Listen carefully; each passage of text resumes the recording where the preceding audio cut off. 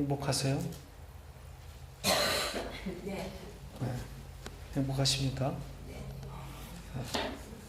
저거 왜 눈을 안 맞추시죠? 왜요? 자신 있게 답을 못 하시는 분도 계시는 것 같아요. 그럼 행복하신 근거가 뭡니까? 네? 무엇 때문에 행복하신 거죠? 네. 예수 그리스도 때문에 행복하신 거죠? 그럼요. 네. 복음으로 행복하신 것 맞죠? 네. 예. 자, 그런데 예수 그리스도를 그렇게 배우고 있으면서도, 복음을 잘 알고 있으면서도 때로는 우울하기도 하고, 맞습니다. 예, 만사가 귀찮고 짜증나고 화날 때가 있죠. 네. 네. 그래서 성경 읽는 것도 싫고, 교회 가서 사람 만나는 것도 기피하게 되고, 심지어 예배조차도 나오기 싫을 때가 있죠. 이런 시간을 겪고 있을 때 성도는 그 시간은 행복하지 않다라고 말해야 되는 걸까요?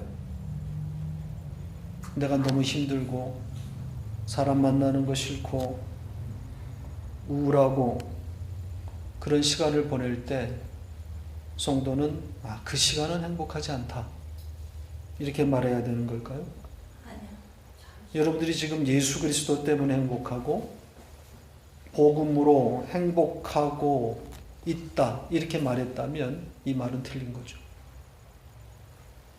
예수 그리스도는 여전히 변함이 없으시고 복음 역시 그 자리에 있기 때문에 힘든 시간을 보내고 있음에도 불구하고 성도는 행복한 것이 맞는 거죠. 만사는 생각하기 나름이다 이런 말이 있고, 꿈보다 해몽이라는 말도 있죠. 즉 사물을 어떻게 보느냐에 따라, 어떻게 사건을 해석하느냐가 실제 일어난 상황보다 더 중요할 수 있다는 겁니다. 사물을 바라보는 시각, 세계를 바라보는 눈, 이것을 우리는 세계관 혹은 가치관이라고 부릅니다. 우리가 복음을 알아가면서 우리 가치관도, 이 세계관도 그 주님을 아는 만큼 바뀌어가고 있는 거죠. 우리가 자주 쓰는 말 중에 성도에게 일어난 모든 일은 어떻다? 모든 것을 인력하여서. 예, 선하다. 여러분들에게 일어난 모든 일들은 선한 것이다. 이렇게 우리가 말합니다. 맞습니까? 네. 우연히 일어난 일이 아니라 하나님의 섭리와 인도하심 가운데 일어난 필연적인 일들이기 때문입니다. 그냥 일어나는 일은 없습니다. 예수 그리스도를 배우고 복음을 알아갈수록 이런 가치관과 세계관을 습득하게 되는 겁니다. 일어난 일, 벌어진 사건을 해석하는 능력을 갖게 되는 거죠. 어떤 일, 어떤 사건도 하나님의 완벽한 설계와 계획 가운데 일어난 일이라는 이런 해석에 이르게 되면 어떤 곤란한 상황에 놓였더라도 안정된 마음, 즉 평강을 누릴 수 있게 되는 겁니다. 우리가 행복하다고 하는 것은 결국 이런 근거에서 출발하는 것이라고 말할 수 있어요. 내게 일어난 어떤 좋은 일로 인해서 행복한 것이 아니라, 그런 거라면 그 행복은 일시적이고 불완전한 거죠. 어떤 좋은 일로 인해서 혹은 어떤 좋은 일이 일어날 것이다 라고 하는 기대, 그런 것이 우리에게 행복을 가져다 주는 거라면 그건 아주 잠시고 불완전한 거예요. 예수 그리스도 때문에 행복하고 복음으로 행복하다고 하는 것은 완전한 행복이어야 하는 거죠. 이 세상에 어떤 상황에 처하더라도 행복할 수 있어야 그것이 완전한 행복입니다. 예를 들어 볼까요? 병을 늘 달고 사는 사람이 있다고 해보십시다. 혹시 우리 가운데 그런 분이 계실지도 모르겠어요. 건강치 못한 분. 자, 이분이 만약 하나님을 모르는 사람이라면 이분에게 행복은 무엇이라고 생각할 수 있을까요? 그렇죠. 아마도 그 병에서 나음을 입고 건강하게 되면 행복하다고 생각할 겁니다. 그래서 방방곡곡 유명하다고 하는 의사 명의를 찾아다니게 되는 거죠. 병에서 노임을 받게 되면 행복하다고 생각하니까. 그래도 건강을 회복하지 못하면 신령하다고 하는 무당에게 찾아가게 되는 거죠. 교회를 다니는 사람은 차마 무당에게는 못 가고 누구에게 가겠어요? 목사님. 네. 그냥 목사가 아니라 예수 무당 같은 목사에게 찾아가겠죠. 조영기 목사에게 가거나. 김기동 목사. 그렇죠. 어제 그것이 알고 싶다에 나온 베레아 성락교회 김기동 목사에게 찾아가겠죠.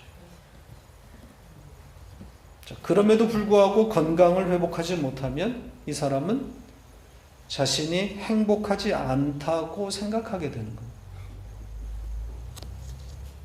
그런데 만약 이 사람이 복음을 아는 성도라면 어떻게 다르겠어요? 늘 아픈 사람인데 건강 유무를 가지고 행복을 말하지 않습니다. 그래서 건강이 회복되지 않아도 자신이 행복하다는 것을 누리고 살 수 있어요. 건강치 못함 가운데 두시는 것이 하나님의 선하신 뜻이라고 생각할 수 있기 때문인 거죠. 그렇게 해석이 되는 거예요. 건강치 못함에 대한 바른 해석이 가능하기 때문인 거죠. 당장 몸이 아프고 말할 수 없는 통증과 고통을 겪고 있지만 그렇다고 행복이 빼앗기는 것은 아닙니다. 행복의 근거가 다르기 때문인 거죠.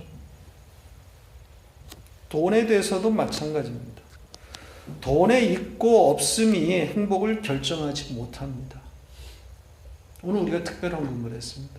교회 재정이 말라버렸기 때문입니다. 예수 그리스도만을 전하고 복음으로 행복한 교회가 돈이 없어요. 저도 이해는 잘 안 돼요. 복음을 배우려는 사람이 이렇게도 없을까? 지금 우리 교인들이 헌금 생활을 못하고 있는 것이 아닙니다. 최선을 다해서 하고 있어요. 지금 우리가 겪고 있는 재정의 어려움은 아마 우리 서머나 식구들이 늘지 않기 때문일 거예요. 새로 오시는 분이 거의 없어요. 왜 그래요? 이것이 잘 이해가 안 되는 부분이에요. 저도. 도대체 왜 그런지. I don't know. 깜놀었어요. 이렇게 우리가 재정의 어려움을 겪고 있다고 해서 행복하지 않습니까? 그러면? 그럴 수는 없는 거죠. 이 어려움도 하나님의 선인 겁니다. 우리를 이 상황에 두신 하나님의 선하신 뜻과 목적이 있습니다. 우리는 그것을 배우는 거란 말이죠. 오늘 우리는 출애굽기 21장을 통해서 성도의 세상살이, 즉 성도가 가지게 되는 가치관, 세계관에 대해서 배우게 될 겁니다. 성경이 말하는 11장이에요. 11장 성도가 세상에서 승리한다는 의미에 대해서, 그리고 성도의 세상살이가 어떻게 전개되는지에 대해서도 살펴보게 될 겁니다. 성도가 세상에서 승리한다는 것이 어떤 의미인지, 그리고 성도는 왜 이 세상에 변방에 늘 머물며 밀려나게 되는지를 살펴보게 될 겁니다. 드디어 이제 바로와 애굽에 대한 9가지 재앙이 끝나고 마침내 마지막 10번째 장자의 죽음이 동반되는 10번째 이야기로 우리가 넘어왔습니다. 오늘 본문은 모세가 하나님의 명령을 받는 내용, 그리고 그 명령을 바로에게 전달하는 그런 장면을 담고 있습니다. 모세가 바로에게 전달한 내용을 보면 애굽 땅에 처음 난 모든 것의 죽음을 예고하고 있습니다. 장자의 죽음인 거죠. 사람이나 짐승의 처음 난 것은 다 하나님이 죽이시겠다고 합니다. 이 장자의 죽음이 담고 있는 의미 여러 가지일 수 있습니다. 1차적으로는 장자는 뭘 의미하죠? 장자는 모든 것을 의미하는 거죠. 이 고대 동방 문화에서 장자의 위치란 절대적입니다. 모든 것이요. 장자가 죽는다고 하는 것은 모든 것을 잃어버리는 겁니다. 그리고 이 장자의 죽음은 하나님의 장자이신 예수 그리스도의 죽음과 연관 지을 수 있는 거죠. 앞으로도 우리가 살펴보겠지만 이 고센 땅에 거주하고 있는 이스라엘 자손에게는 장자의 죽음이 없습니다. 어떻게 피해갈 수 있었던 거죠? 어린 양의 죽음, 어린 양의 피가 있었기 때문인 거죠.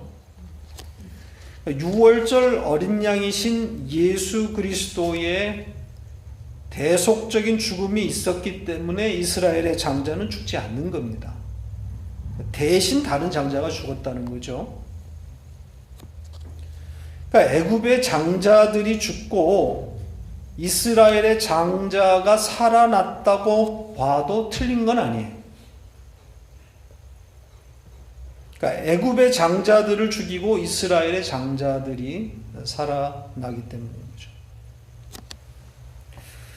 오늘 우리가 집중적으로 살펴보려고 하는 것은 하나님께서 모세를 불러서 말씀하신 내용 중에 1절부터 3절까지의 내용입니다.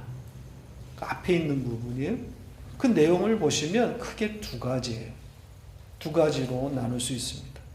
근데 그 두 가지 내용이 언뜻 상반되고 있는 내용으로 보입니다. 그래서 설명이 좀 필요해요. 하나는 바로가 이스라엘 자손을 이 장자의 재앙으로 말미암아 애굽 땅에서 쫓아내겠다라는 그런 표현이 등장합니다. 바로가 이스라엘을 쫓아낸다. 그리고 또 하나는 이스라엘이 애굽을 떠날 때에 빈손으로 가지 아니하고 애굽 사람들로부터 은혜를 입어서 금, 폐물을 걷어서 이스라엘로 가나안으로 들여 보내시겠다고 하는 내용이에요. 그리고 이스라엘의 이 모세는 애굽 사람들에게 어떤 인물로 비춰지는 겁니까? 위대한 인물로 비춰지는 겁니다. 이 두 내용이 좀 상반되는 내용이에요. 하나는 쫓겨나가는 이스라엘의 모습이에요. 바로가 이스라엘을 쫓아내겠다 그래요. 그런데 또 한편으로는 애굽 사람들로부터 은혜를 입고 빈손으로 나가지 아니하고 이렇게 전리품을 들고 돌아간단 말이죠. 한 그림은 쫓겨나는 그림이고 또 하나는 승리한 군사들이 전쟁에서 승리해서 이 패자들로부터 빼앗은 전리품을 챙겨서 고국으로 돌아가는 그림이에요. 이 두 그림 속에 성도의 세상살이, 즉 성도가 이 세상을 어떤 모습으로 살아가게 될 것인가가 잘 담겨 있습니다. 차례로 살펴보겠습니다. 1절을 보면 바로가 10번째 재앙을 당한 후에 이스라엘 백성을 애굽 땅에서 쫓아낼 것이다. 이렇게 표현되어 있음을 보게 됩니다. 그러니까 하나님께서 행하신 일, 장자가 죽는 것은 하나님이 행하시는 일이잖아요. 하나님께서 행하신 일로 인해서 이스라엘이 어떻게 되는 거예요? 그 땅에서 쫓겨나는 겁니다. 하나님이 행하신 일로 인하여 이스라엘이 쫓겨나는 거죠. 그러니까 세상으로부터 쫓겨나는 신세가 되는 거예요. 애굽에서 쫓겨나면 그때부터 이스라엘은 뭐가 되는 거죠? 광야의 노마드가 되는 거죠. 유랑자가 되는 겁니다. 유목민인 거죠. 떠도는 유목민 신세가 되는 거예요. 정처 없이 떠도는 거예요. 바로 가나안으로 들여보내지 않습니다. 가나안을 향해서 매일 장막을 걷어야 하는 노마드 인생이 되는 거죠. 그러니까 이 세상에 삶의 근거를 두지 말라는 거죠. 이스라엘 자손의 삶의 근거는 어디라는 거예요? 네, 가나안 땅이라는 거죠. 그걸 가르치기 위해서 하나님은 바로를 사용하십니다. 바로는 처음에는 이 이스라엘 백성들을 세상인 애굽에 묶어두려고 했습니다.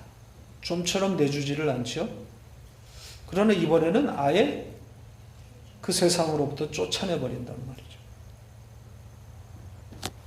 자, 이 그림이 담고 있는 의미가 뭐겠어요? 성도의 세상살이를 상징적으로 담고 있다고 생각이 됩니다. 하나님의 백성은 이 세상에서 어디에 위치하고 있는 걸까요? 하나님의 백성은 이 세상 가운데서 중심에 서지 못하고 변방에 있게 되는 거죠. 마치 이민자들의 삶을 연상하게 합니다. 자, 한국에서 캐나다로 이민 온 한인들의 캐나다 삶이 어떤가요? 여러분들의 모습? 한인 1세 이민자들이 캐나다 사회의 중앙으로 진출할 수 있습니까? 불가능합니다. 왜요? 나그네고 외인들이기 때문입니다. 성도는 이처럼 이 세상에서 나그네로 취급당하는 것이고 외국인인 거예요. 베드로 사도가 적절하게 표현했죠. 베드로전서 2장 11절에 이렇게 표현했습니다. 같이 읽겠습니다. 사랑하는 자들아, 거류민과 나그네 같은 너희를 권하노니 영혼을 거슬려 싸우는 육체의 정욕을 제하라. 거류민과 나그네로 표현했습니다. 이 거류민이라는 말은 타국인, 외국인, 타인이라는 뜻이에요. 자기 나라에서 사는 사람들이 아니라는 거죠. 우리 믿음의 조상들이 이런 삶을 살았습니다. 히브리서 11장 13절입니다. 같이 읽겠습니다. 이 사람들은 다 믿음을 따라 죽었으며 약속을 받지 못하였으되 그것들을 멀리서 보고 환영하며 또 땅에서는 외국인과 나그네임을 증언하였으니. 이 세상에 사는 동안 그 땅을 밟지 못하고 멀리서 보고 있었다는 표현이 나옵니다. 왜 이런 삶을 살았던 것 같아요? 우리의 선조들이 스스로 이런 삶을 동경하고 그런 자리를 찾아갔을까요? 외국인과 나그네임을 스스로 자처하면서 그 삶을 동경했기 때문에 그런 삶을 살다 갔을까요? 그게 좋아서? 아니겠지요. 그들 스스로 그런 자리를 찾아간 것이 아니라 세상이 끊임없이 하나님의 백성을 밀어냈기 때문인 거예요. 그러니까 어쩔 수 없이 우리 선조들은 변방인으로 살아갈 수밖에 없었던 거예요. 예수만 주시고 그 주인인 예수가 원하는 삶을 최고의 가치로 주장하는 이들을 세상이 용납할 수 없었던 거죠. 세상과 이 세상의 힘, 권력이 말하는 가치와는 다르게 살아가기 때문에 공존할 수가 없었던 거예요. 세상은 이들을 미워할 수밖에 없습니다. 온 세상이 합의한 그 가치, 그 기준을 이 몇 안 되는 사람들은 거부했기 때문인 거죠. 오로지 하나님만 절대 가치고 절대 행복이라고 말하는 이들이 얼마나 믿겠습니까?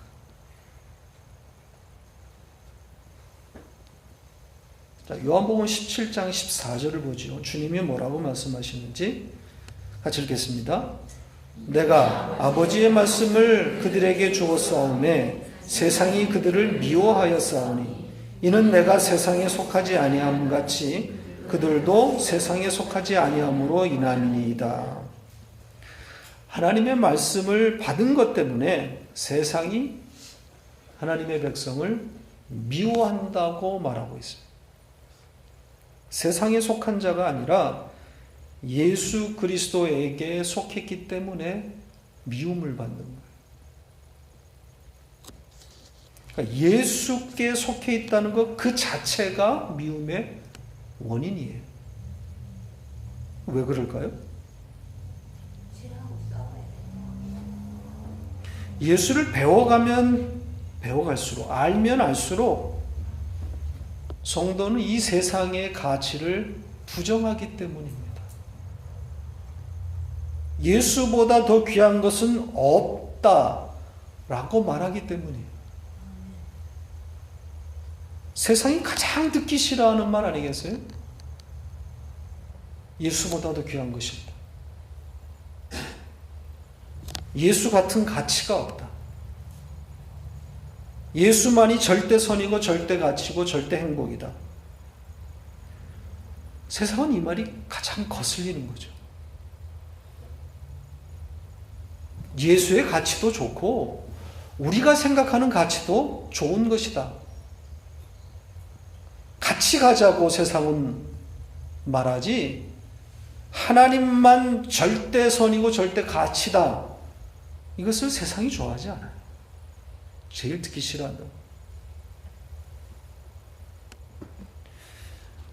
이런 면에서 보면 요즘 유행하는 고지론, 번영신학, 기복신앙 이런 것들은 다 반성경적인 거죠. 기독교인들은 최선을 다해서 세상에 영향력 있는 그 최고의 자리를 목표로 진력하라. 그 자리를 향해서 진력하라고 하는 이 고지론의 가르침은 신앙생활의 본질을 고스란히 놓치고 있는 주장입니다. 근본적으로 세상은 그 자리, 그 힘을 하나님의 사람들에게 주지 않아요. 이 고지론자들은 성경의 인물들을 들어서 자신들의 주장을 입증하려고 합니다. 그 대표적인 인물이 누구일 것 같아요? 예, 다니엘과 같은, 다니엘과 그의 세 친구 이야기 같은, 에스더 같은 이야기들을 들어서 하나님께서 그들을 가장 높은 자리에 올려주셨다는 거죠. 그럴듯하죠. 나라를 구한 에스더 아닙니까? 영향력 있는 자리에 올라서 그 자리에 있었기 때문에 나라를 구한 것이다. 이렇게 말하는 그런 논리를 가지고 하나님의 사람들은 높은 자리에 오르라는 거죠. 그러나 조금만 생각해 보면 다니엘의 이야기나 에스더의 이야기나 혹은 다윗 왕의 이야기가 예수 그리스도의 이야기라고 하는 것을 어렵지 않게 우리는 추출해낼 수 있습니다. 그 자리에 오르라는 게 아니라 그들이 바로 예수 그리스도라는 거죠. 민족을 살리는 이야기가 아니라 자신의 생명을 던져서 하나님의 택한 백성을 살려내는 구원의 이야기란 말이죠. 그들의 위대함을 말하고 있는 게 아니란 말입니다. 예수 그리스도를 말하고 있는 거죠. 모든 성경은 예수 그리스도에 관한 복음이어야 하는 거죠.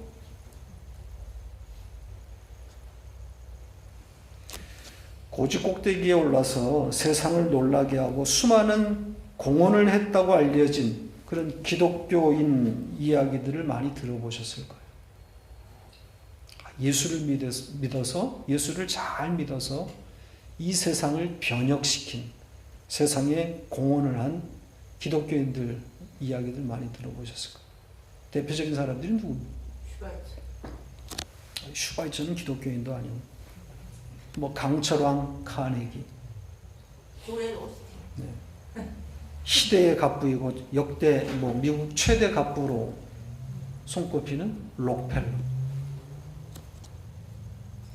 또 강력한 미국을 주창했던 부시, 인도주의자 카터.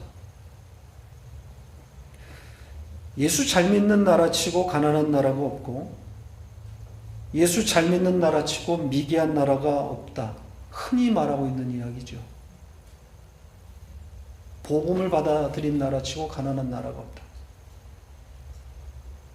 예수를 잘 믿으면 이 세상에서 잘 되고 세상으로부터 칭송을 얻고 세상을 변화시킨다고 하는 마치 망고의 진리처럼 내려오고 있는 이야기죠.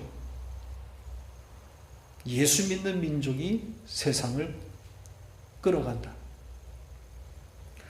오늘날 교회들이 이런 시각에서 이런 전제를 가지고 성경을 해석하고 있는 겁니다. 그러니까 세상 속에서 성도들이 가야 하는 길이 그렇다라고 생각하고 있는 거죠. 이게 성경이 말하고 있는 바다라고 생각을 하는 거예요. 하나님의 백성들이 가는 길에는 이런 승리만이 있다. 그러다 보니까 교회 건축물도 화려함을 지향하는 거예요. 왜? 세상 사람들에게 승리한 자로 비춰져야 되기 때문에 그런 거죠. 교회는 구질구질하면 안 된다는 생각을 하고 있는 거예요. 성경을 잘못 읽고 있는 거죠. 우리 교회 왔다가 이 건물 보고 놀라서 그냥 다음 주에 안 오시는 분들도 있잖아요. 교회가 이렇게 구질구질해서 되겠나요? 네, 가라 그러세요. 성경을 잘못 읽고 있는 거예요. 하나님의 백성 치고 제대로 죽은 사람이 있습니까? 예수의 12 제자들이 어떤 삶을 살았습니까? 사도 바울은 구차한 삶, 구질구질한 삶 그 자체 아닙니까? 히브리서 11장에 등장하는 특히 그 무명의 성도들, 그들은 짐승만도 못한 삶을 살다가 개처럼 끌려 죽었습니다. 개죽음을 당했다 이 말이에요. 그리고 성경에 기록되지 않은 바로 그 다음 세대의 초대교인들, 1세기, 2세기의 초대교인들은 로마의 박해를 피해서 카타콤 같은 지하 동굴에서 짐승처럼 살다 죽어갔단 말이죠. 하나님의 사람들이 세상을 호령한 예가 없어요.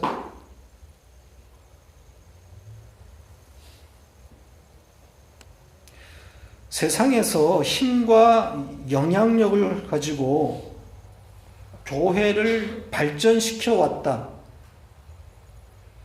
그렇게 교회가 발전되어 왔다고 하는 것은 오히려 그 교회가 교회 아니었음을 증거하고 있는 거예요.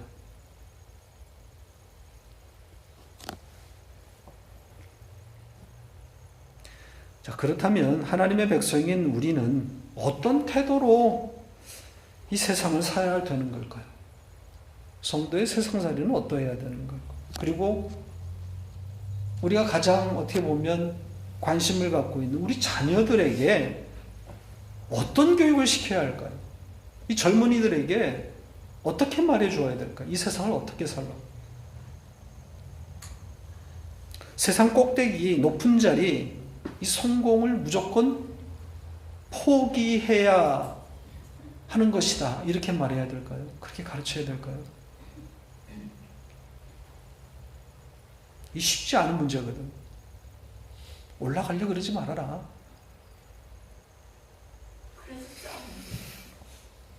쉽지 않은 문제인데 제 생각은 이렇습니다.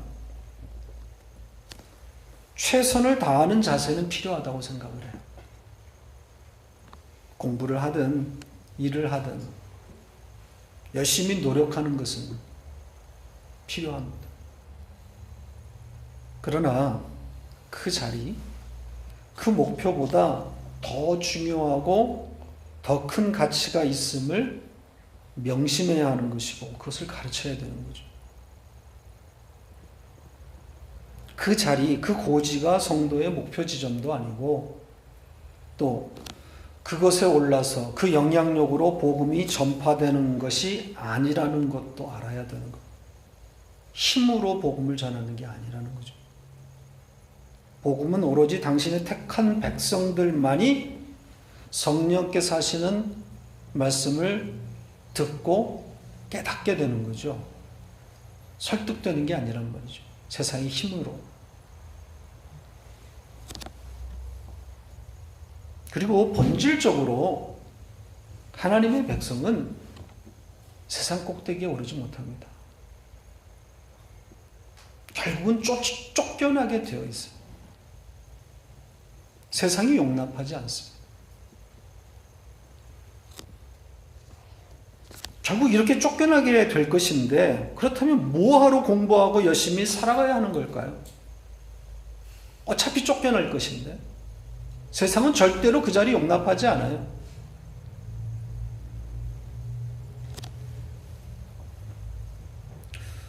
그럼에도 우리가 열심히 노력하고 공부하고 그렇게 열심히 살라고 말하는 것은 그렇게 노력해서 그 높은 자리에 근접했다가 떨어지는 경험이 필요하기 때문이라고 말할 수 있을 것 같아요.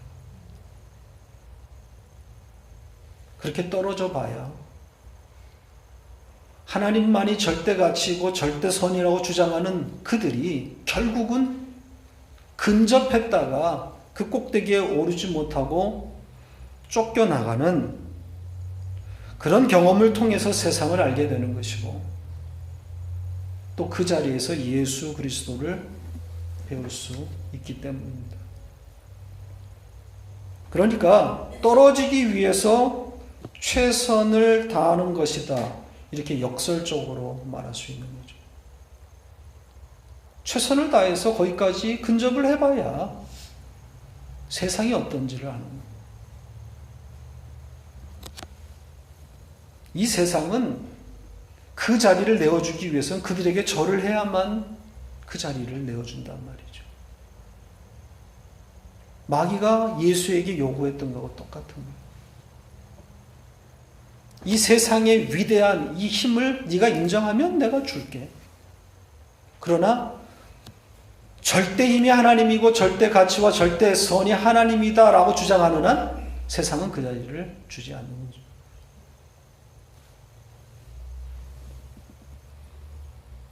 그러니까 하나님의 백성은 이 세상을 사는 동안 변방인으로 사는 거예요. 이 세상에서 대접을 받으면 하나님 나라를 배울 수 없기 때문입니다. 뭐 이런 면에서 우울하다라고 이야기할 수도 있어요. 우리는 결국은 그 자리에 오르지 못하는 것인가? 예, 그게 우리의 운명이에요. 결국은 하나님이 내리신 그 재앙으로 말미암아 이스라엘 백성은 그 애굽에서 세상에서 쫓겨나게 되는 거예요. 그러니까 이 세상에서 대접을 받을 생각하지 말라는 거죠. 왜냐하면 하나님께서 우리를 여기에 두신 이유가 이 세상을 정복하라고 하는 것이 아니라 복음을 알라는 겁니다. 예수 그리스도를 배우라는 겁니다. 그렇기 때문에 수시로 우리는 변방으로 떨어지게 되는 거예요. 근처에 접근했다가도 결국은 쫓겨난다는 거예요.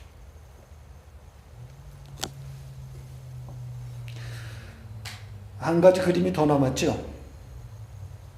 자, 이렇게 쫓겨나가는 그림이 있는가 하면 한편으로는 애굽 사람들에게 은혜를 입어서 빈손으로 나가는 것이 아니라 은금 패물을 거두고 손에 쥐고 나가는 그림.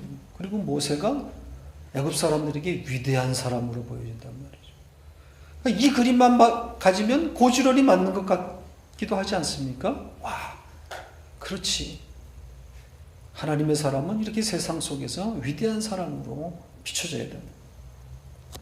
언뜻 보면 하나님의 백성이 세상으로부터 대접을 받는 것처럼 보일 수도 있는 그림입니다.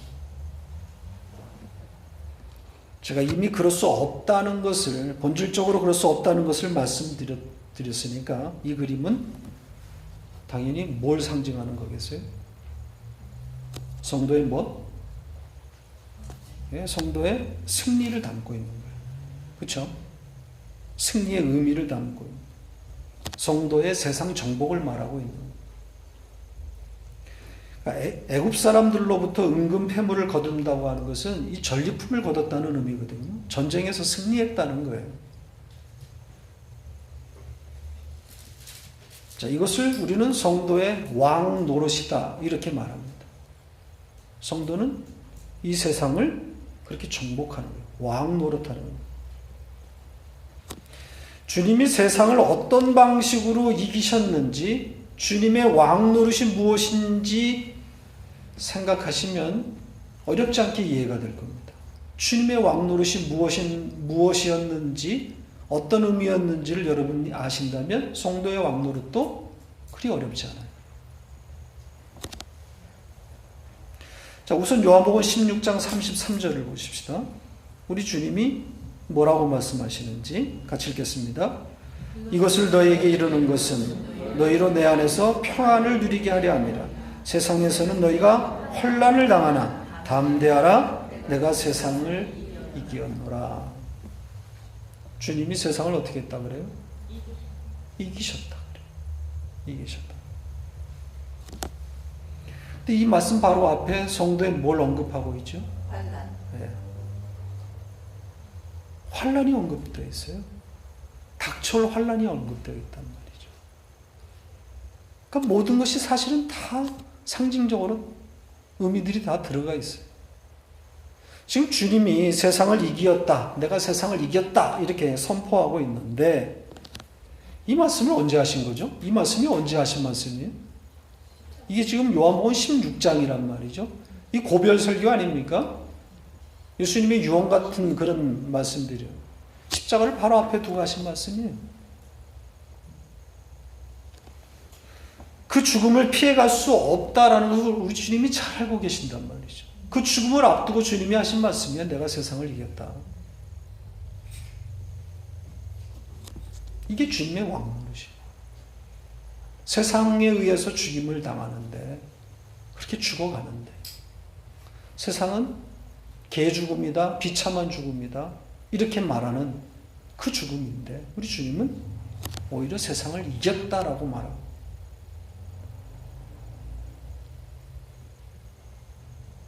주님은 십자가 이전에 왕의 자리에 오른 적이 없는 분이에요. 그렇게 유대인들이, 바리새인들이 예수님을 왕으로 올리려고 했지만 예수님이 거부하셨답니다. 한 번도 왕의 자리에 오른 적이 없어요. 그런데 성경은 주님의 왕되심, 왕 노릇을 말하고 있단 말이죠. 자, 주님의 왕 노릇, 주님의 왕되심이 도대체 어떻게 이루어지는 것인가? 계시록 20장으로 가보죠. 이것도 우리가 다룬 그런 본문인데 4절로 6절입니다. 같이 읽겠습니다. 또 내가 보좌들을 보니 거기에 앉은 자들이 있어 심판 권세를 받았다. 또 내가 보니 예수를 증언함과 하나님의 말씀 때문에 목배임을 당한 자들의 영혼들과 또 짐승과 그의 우상에 경배하지 아니하고 그들의 이마와 손에 그의 표를 받지 아니한 자들이 살아서 그리스도와 더불어 1000년 동안 왕노릇하니 그 나머지 죽은 자들은 그 1000년이 차기까지 살지 못하더라. 이는 첫째 부활이라. 이 첫째 부활에 참여하는 자들은 복이 있고 거룩하도다.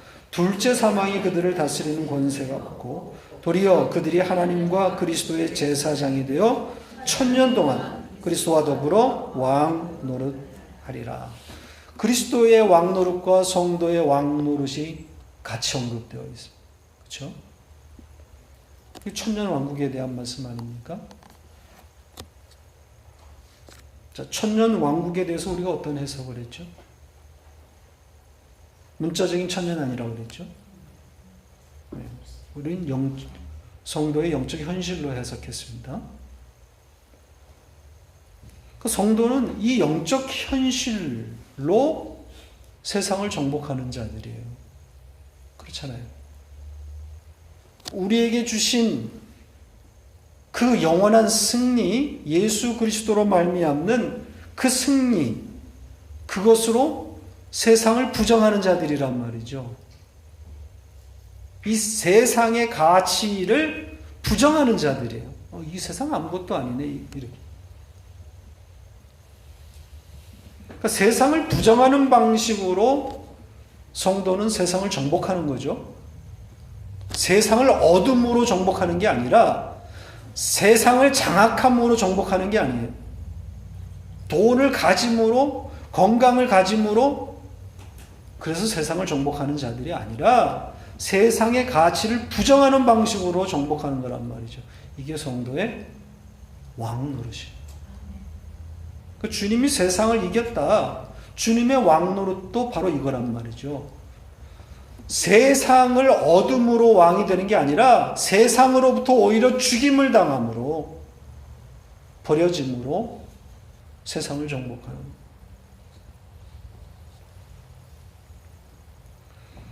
그러니까 애굽 사람들로부터 은금 패물을 거두고 그렇게 전리품을 취해서 애굽을 떠난 것은 성도의 영적 현실을 말하고 있는 거예요. 모세가 애굽 사람들에게 위대한 사람으로 등장하는 것도 같은 의미란 말이에요. 성도의 승리를 말하고 있는 거예요. 결국은 이 상반된 두 그림처럼 보이는 이것이 같은 것을 이야기하고 한 가지를 말하고 성도의 승리를 말하고 그런데 변방으로 쫓겨다니는 세상 사람들이 볼 때는 실패한 자, 패배한 자처럼 보이는 거죠. 그게 성도의 승리란 말이죠. 좀 정리해 볼까요? 성도는 복음을 배울수록 땅에서 발을 떼고 공중에 떠 있는 사람들이 되는 겁니다. 공중부양하라는 말이 아니고 사고가 그렇게 된다. 이 세상에서 발을 떼고 공중에 떠 있는 거예요. 세상에서 발을 뗄 수는 없으나 그 자리가 가치 없음을 말하게 되는 거죠. 그리고 아무리 오르려고 해도 세상이 그 자리를 내주지 않는 것도 경험하게 되는 겁니다. 예수께 속했다는 이유만으로 변방으로 밀려나는 겁니다.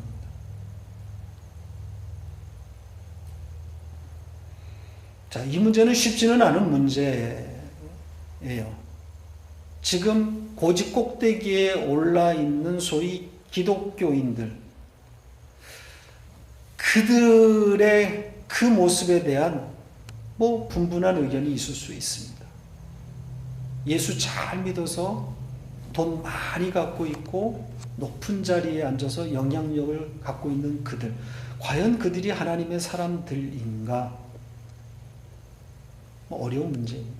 그러나 제 생각은 그래요. 하나님만이 절대 가치이고 이 세상을 부정하는, 이 세상의 가치를 부정하는 자가 과연 그 자리를 유지하고 있을 수 있을 것인가? 유지할 수 있을 것인가? 저는 없다고 생각합니다.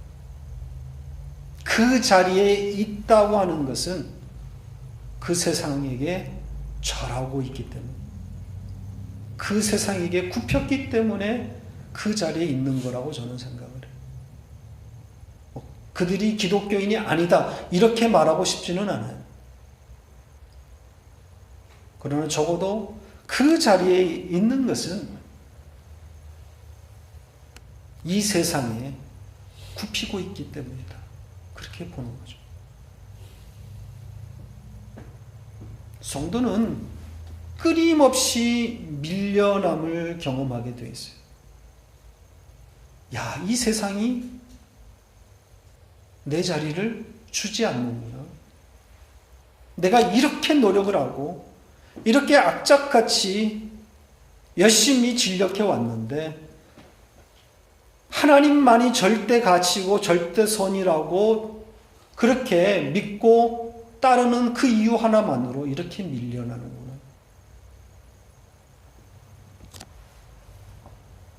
성도는 그 밀려남에 대해서 즐길 수 있어야 합니다. 그런 여유를 갖게 되는 거죠. 때로는 구차하고 구질구질한 모습으로 떨어질 수도 있습니다. 필요합니다. 그것도 절대 가치이고 절대 행복이신 하나님을 배우는 자리가 될 수 있기 때문에 그 자리로 떨어지는 거예요. 세상 사람들의 시선, 세상의 시각, 너무 그런 것에 민감해하지 마세요. 우리도 연약한 인간인지라 구질구질하고 구차할 때 그런 의식을 안 할 수는 없지만, 그러나 너무 예민할 필요는 없습니다. 그 자리가 하나님이 필요해서 만들어주신 자리이기 때문에 거기서부터 우리는 배우게 되는 거죠. 그래서 어떤 상황, 어떤 경우에서도 우리는 행복하다는 것을 고백하는 자로 완성되어져 가는 겁니다. 여러분은 행복한 사람입니다.